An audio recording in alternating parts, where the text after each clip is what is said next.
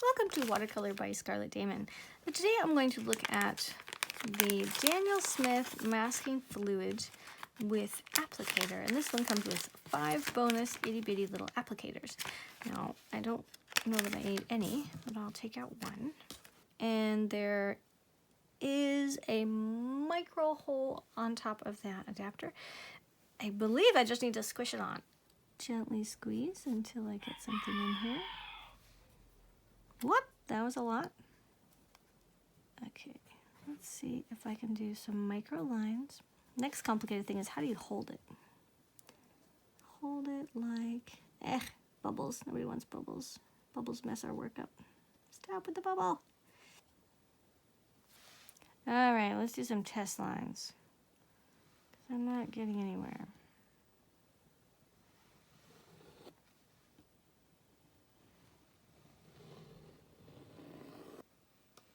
I was so excited that this might actually work. Oh, I think we might have gotten rid of the bubbles. Maybe. I also have a pretty steady hold on it down here on my thumb, so I'm not really letting the air go back in. And these lines are not as fine as I would want them to be.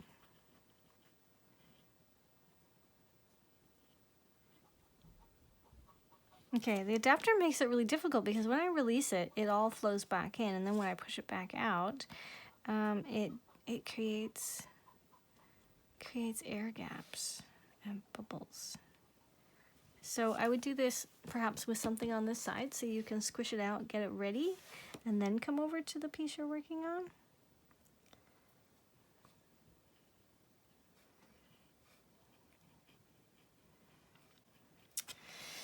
Nope, I think that I would be better off using a brush at this point, which is really too bad because I was very happy about this. Oh, that line looks good. Super tiny. Okay, that one looks good and super tiny, which is what I'm going for, those single strands.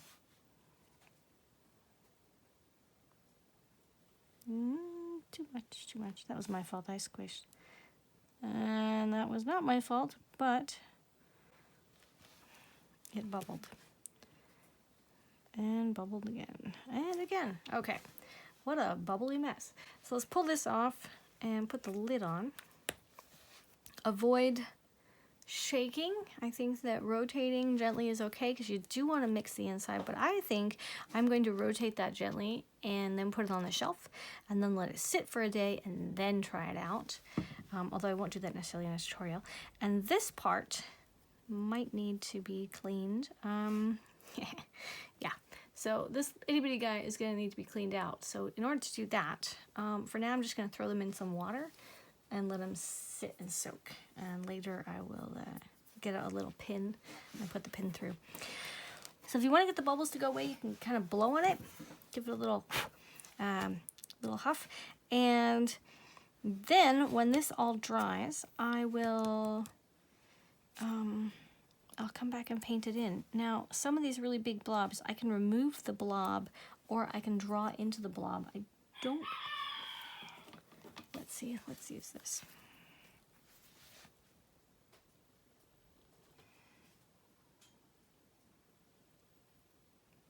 So feathers and other such sketches are available for you on my Etsy shop.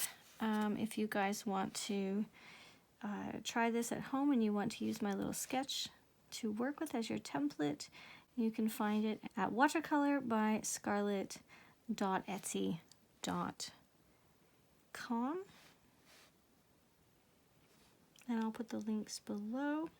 And for now, I'm going to go outside and put the chickens in because it's getting quite dark. It's really, really beautiful. It's magic hour, but the whole world is covered in snow, thick snow on every branch. So I'm going to go put the chickens inside. I have to lock them up so that the predators don't get to them. And then hopefully this will be dry by the time I come back and we can paint the background and see how that looks. This is a tiny little X-Acto knife, and I'm going to ever so gently cut out parts that I feel should not be there. And I don't know if this is going to work with this particular masking fluid, although I think it might. And I also picked up this one so I can just lift it out. For example, down here, while the drawing looks good, the blob is a little messy. I'll take that part out. Maybe come right into the center here.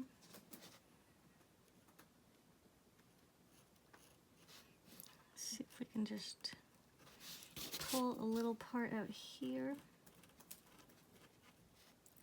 Straighten up that. What would that be? The stem, the quill at the bottom. So I'm just drawing the line or cutting into the masking fluid and then gently scraping that part off. And you don't want to touch the rest of it because then you'll start pulling the rest of it off, which is what it's doing right there. Okay. It's very important that I don't cut into the paper itself, because if I do, I'll end up with lines and indents. So when I use masking fluid, this is how I do it. Apply it ever so carefully, and then come back and remove anything that is unwanted to get a perfect line. It's not easy, especially trying to get these little bumps up later is going to be a real pain. I get a pretty good blob right here.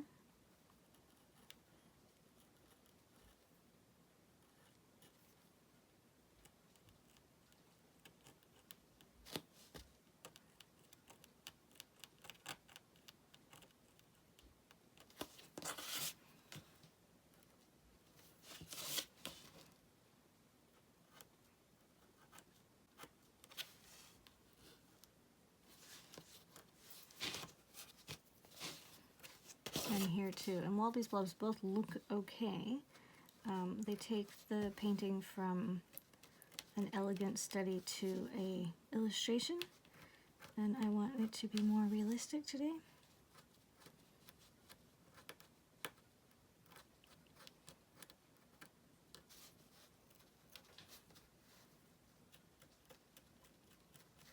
There. Have you guys watched The Emerald City? Totally unrelated question, but I came across the series. I don't remember if it was on Netflix or on Crave, but it was incredible. It was so good. It's very exciting to watch a show, to watch a whole series. We binge watched the entire thing in 2 nights. Couldn't do it in 1 night. And I can't watch TV until it's dark, so you can't exactly start early when you have such a rule. Yeah, but it was so good. I'm wondering if you guys watched it and if you liked it. I was impressed. Alright, so I've carved some stuff out. So essentially what I was doing is cutting through, just scoring the mud, and then coming back and ever so gently removing the piece that I had scored. So let's see if it works here.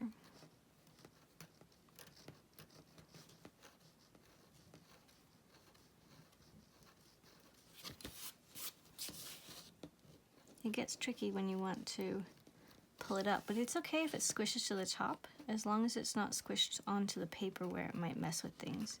It's not the end of the world if it's just squished up on top of another piece of rubber, cement, or masking fluid.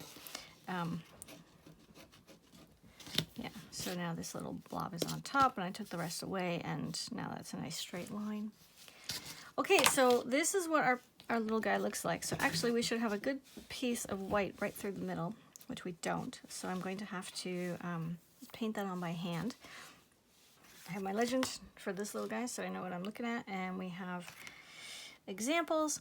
So I'm sure I've said this already, but the sketch, the the awesome downloadable usable sketch will be on Etsy if you want to follow along. I'm going to use some golden brown and some transparent brown. Put them next to each other. And I'm also going to use some Indian yellow. And I'm going to water that down. And whatever blue comes in, that's fine. That'll probably come down here for the gray on the bottom. And I then want to roll the brush just at the end. I don't want to take the pigment off, but I want to take off some of that water. And then this is all about gently putting those lines in. There's not much point painting where the masking fluid is.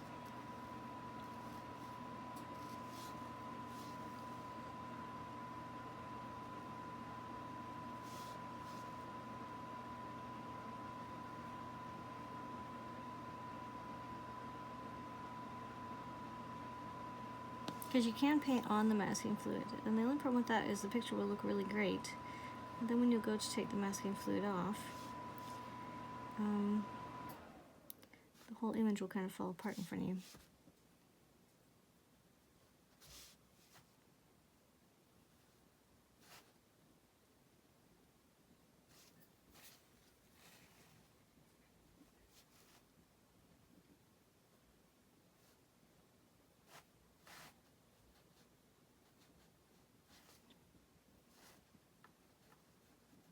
I'm going to come back with a gray, so some of this bluish to make a gray down here for the bottom.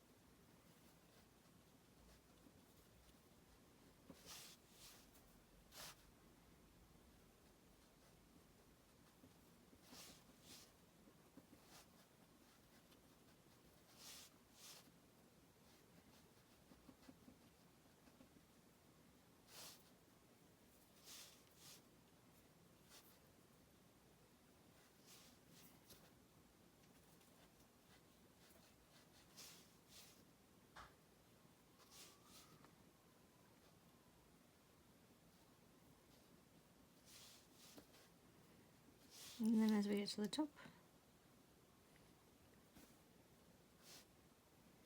add some brown.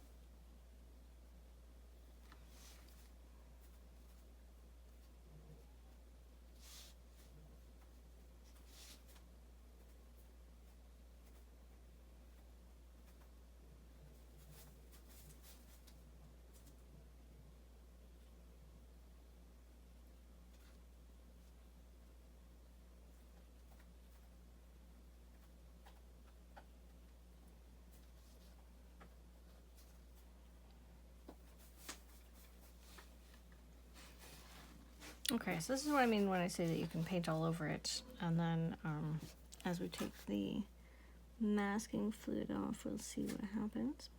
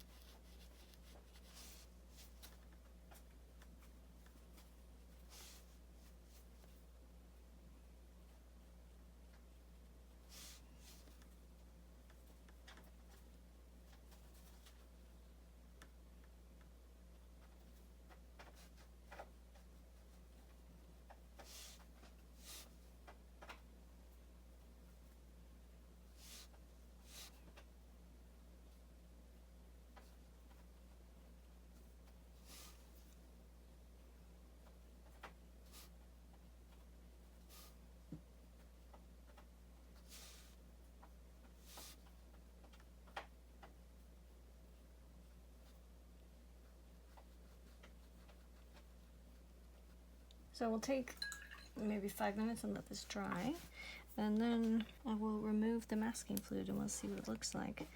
I changed the colors. I added more colors because I wanted a little more vibrant, more interesting. Now the biggest problem is I need to put my brush down, which of course I'm not. Okay, brush down. If this was just a painting with no masking fluid, I would have done a few more lines. Some of these lines are pretty bumpy because the masking fluid is bumpy. And I could also at this point go over the whole thing with masking fluid and then paint the background. That would be interesting, that would be fun. Or to mask out the entire thing and paint the background and then put it in. The problem there is that it rarely works. It just tends to be a big mess because the edges of the masking fluid are too sharp. So painting around it with a brush would, at least in my world, be something I would choose to do. I think I enjoy that. I find it a little more fun. So I will, like I said, I'll just wait a few minutes so it's completely dry, and then we'll take it off and see what it looks like. Hey guys! It's like days and days and days later. I actually forgot about this tutorial, and today I'm going through a few old ones, and this happens to be an old one, I guess. So, yeah, I put it to the side, and then I did take the masking fluid off, the liquid cement. Or the rubber cement, sorry. There's some here. This is what it looks like when it's completely dry, and it's really easy to get off. Now you can use the back of a brush, especially for really tiny areas. That's sometimes fun.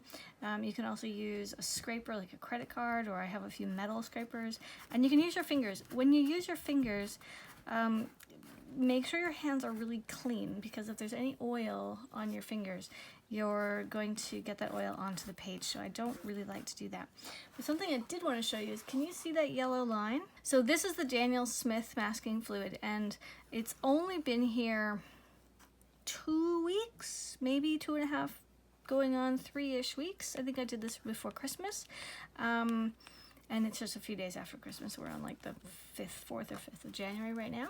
So, but there is a definite line that's left behind right here. So that is very important, because this whole tutorial is really not about my little feather. It's about the masking fluid. And this masking fluid stains the paper. You can see it's a little choppy. Like this spot up here, I didn't cut that away when I was doing my chop-ups, when I was cutting off the masking fluid. There's a few spots in here where I should have cut it straight. Now, if it worked the way it was supposed to work, these perfect little white lines is what I was actually intending to get.